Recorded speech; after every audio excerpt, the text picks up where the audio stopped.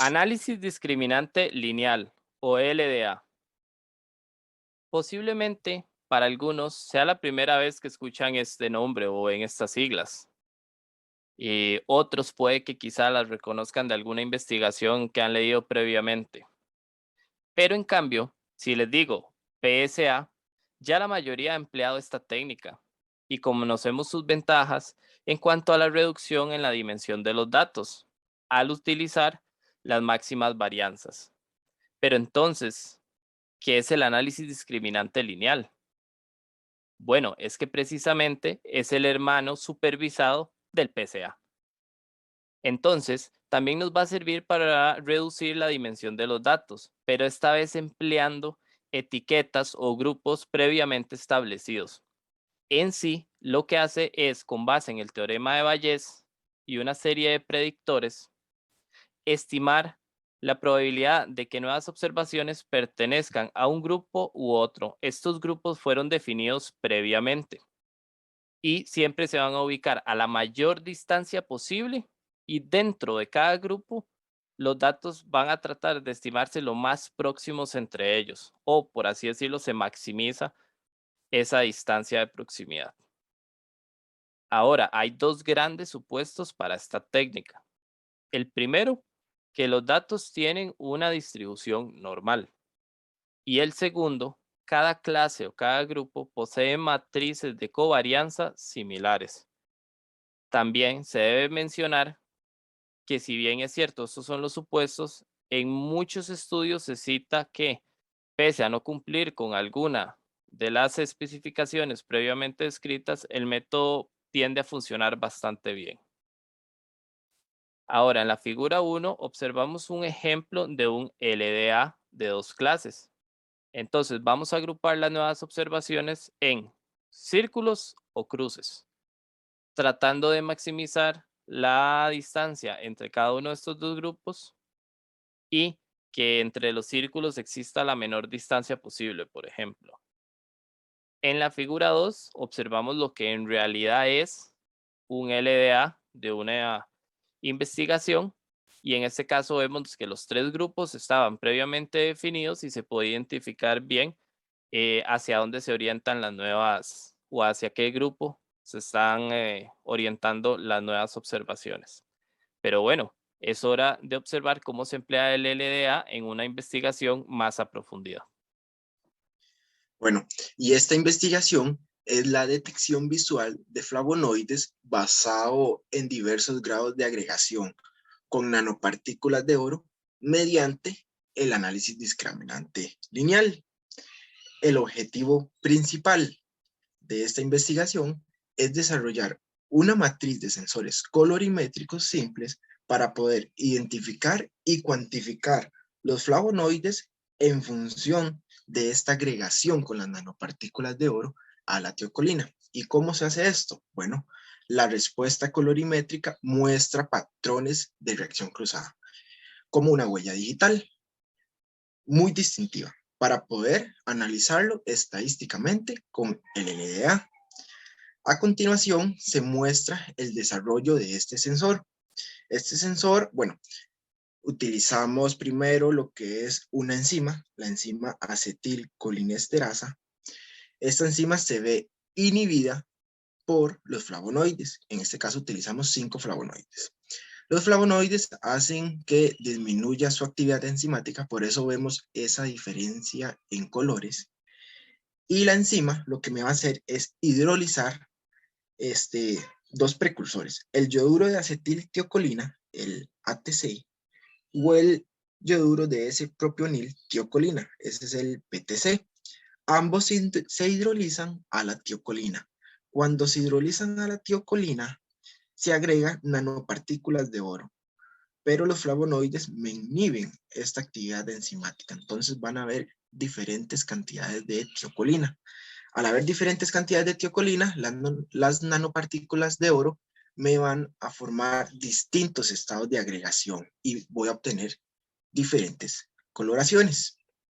Ahora, los flavonoides, ¿cómo funcionan y qué son? Bueno, los flavonoides son compuestos fenólicos que tienen una gran funcionalidad biológica a nivel de plantas, pero también ha tenido mucha atención por sus beneficios en la salud humana.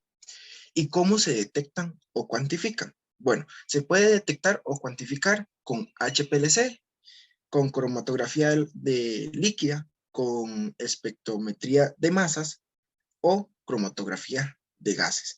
Pero son métodos muy costosos, requieren de tiempo, algunos como el HPLC requiere de una ilusión a gradiente o en gases requiero de algún estándar interno. Por lo tanto, en este artículo utilizan una matriz de colores de sensores ópticos mediante la absorción.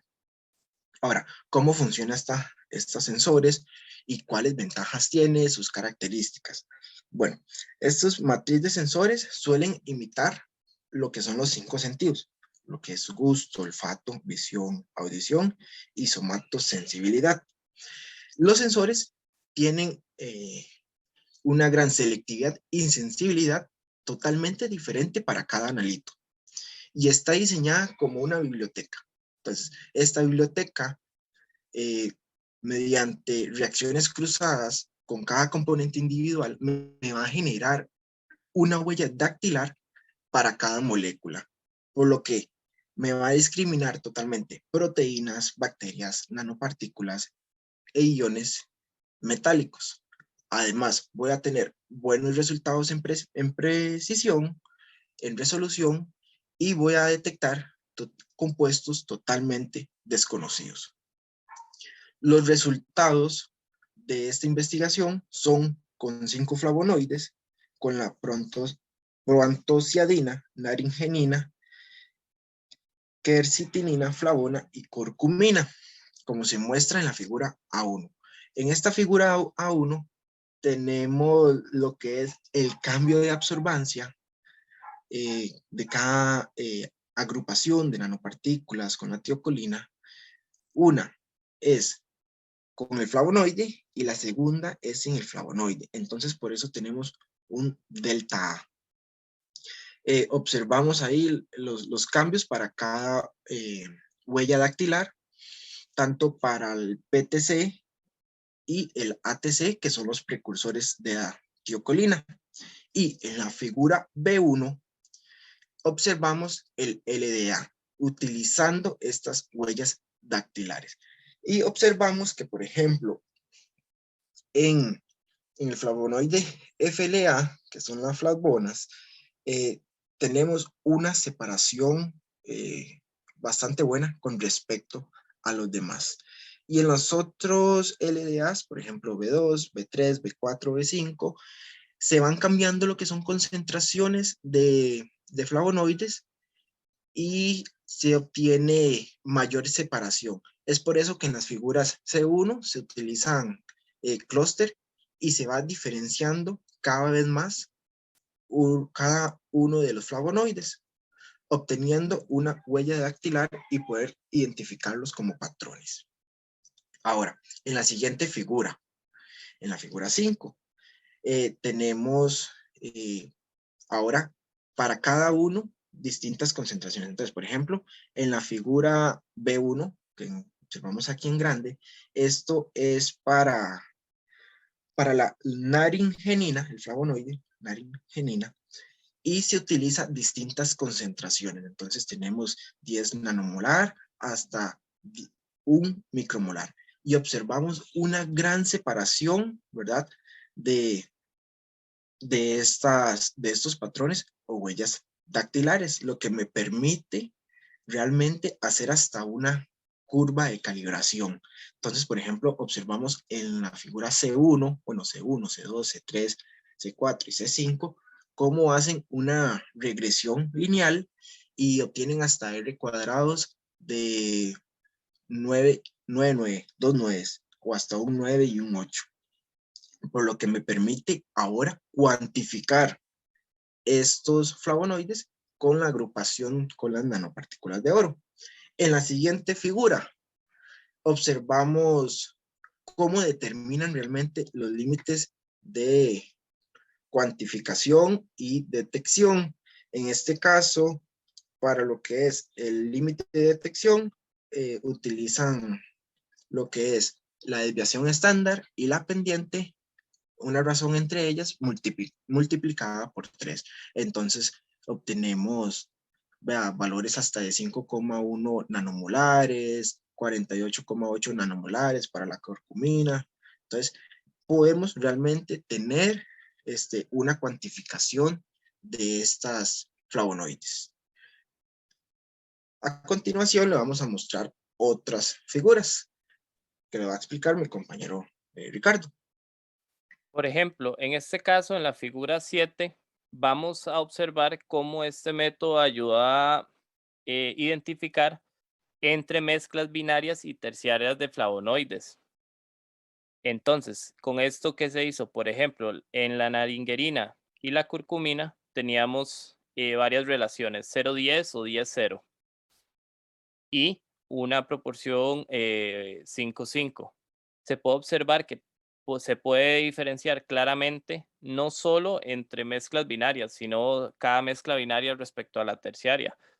Y esto permite también construir clústeres como el que se observa en B, donde cada, por así decirlo, cada una de las mezclas se puede separar claramente de o tiene una entrada diferenciándose de las demás.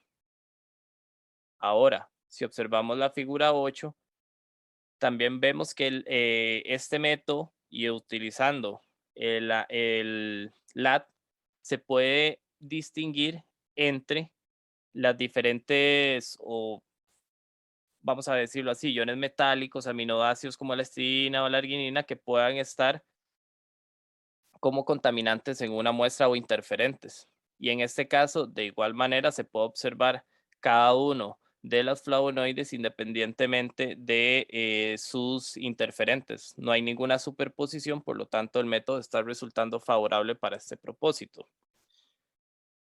Ahora, en la figura 9 viene algo bastante interesante y es qué pasa si tenemos una muestra desconocida. Podemos saber qué tipo de flavonoide es, por ejemplo.